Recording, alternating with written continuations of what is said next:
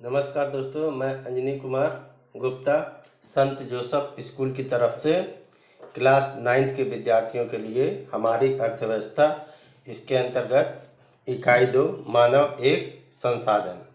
तो इसके अंतर्गत हम लोग मानव एक संसाधन इस पार्ट में हम लोग मानव के बारे में जानेंगे कि मानव क्या है। जैसे कि मानव एक सामाजिक प्राणी है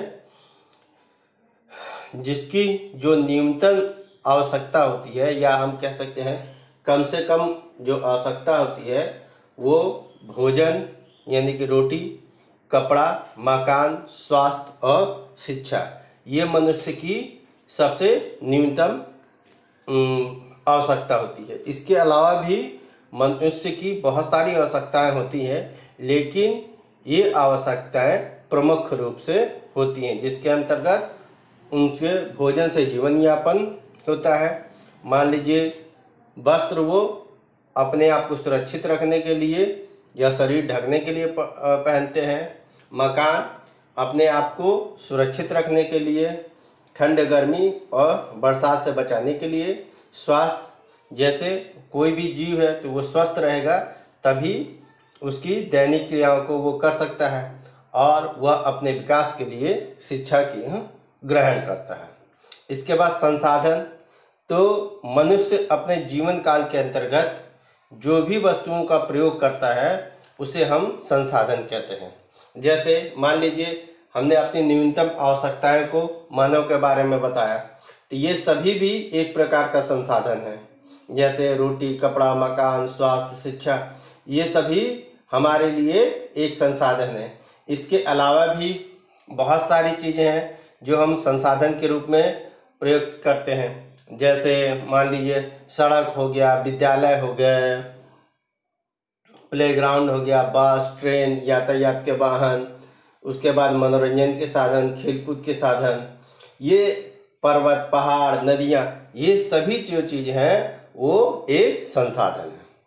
इसके बाद जो मनुष्य होता है, तो मनुष्य भी एक संसाधन है, यानी कि मानव भी एक संसाधन है।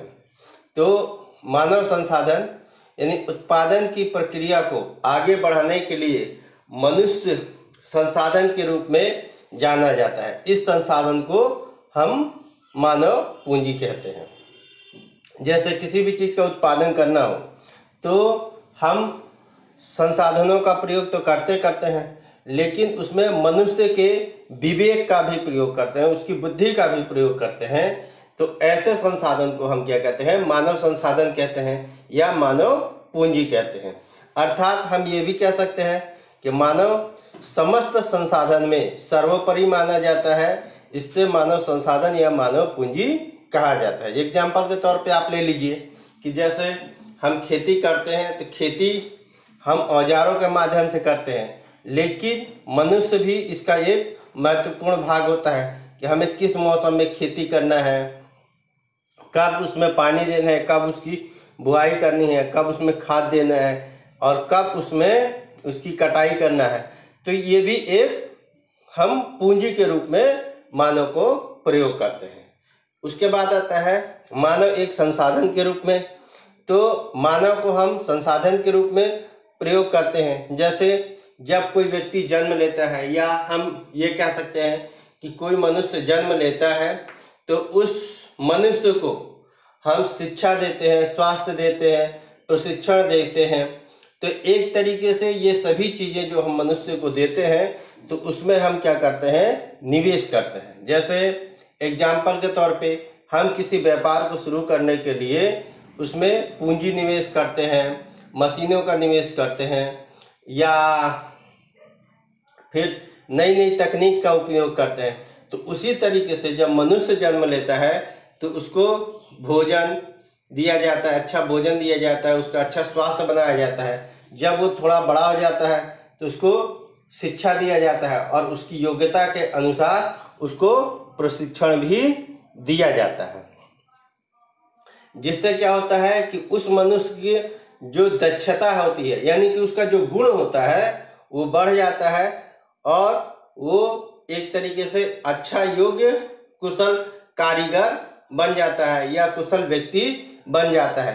तो एक तरीके से वह व्यक्ति एक तरीके से राष्ट्र की संपत्ति बन जाता है और राष्ट्र के विकास में वो अपना योगदान देता है। यदि हम व्यक्ति को योग्य और संपन्न नहीं बनाएंगे तो वो व्यक्ति राष्ट्र का विकास भी नहीं कर सकता है।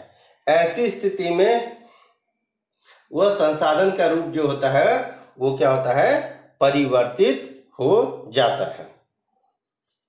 उसके बाद मानव पूंजी।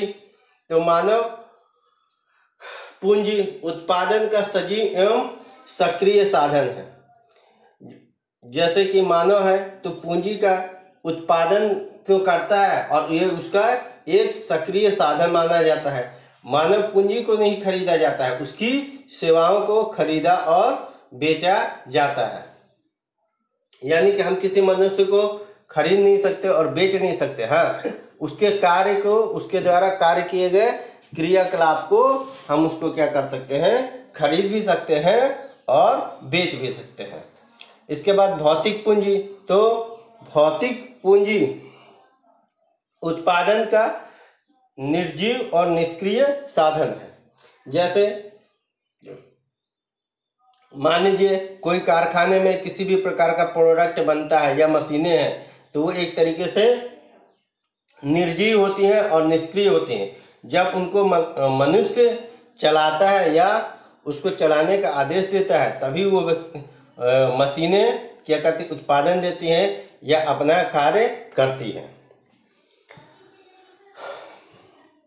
मानव पूंजी का निर्माण मानवीय साधनों का विकास, यानी कि मानव जो पूंजी है उसका निर्माण एवं मानवीय पूंजी के साधनों का विकास जो होता है वो दो प्रकार का होता है। एक होता है भौतिक पूंजी और दूसरी होती है मानवीय पूंजी। तो पहले हम भौतिक पूंजी जानते हैं कि उत्पादन को बढ़ाने के लिए जैसे मशीनों का, औजार का, उपकरण का, फैक्ट्री का, इमारतों का, कच्चा माल इत्यादि अन्य चीज़ों का जब हम प्रयोग करते हैं तो ये क्या कहलाता है, भौतिक पूंजी कहलाता है।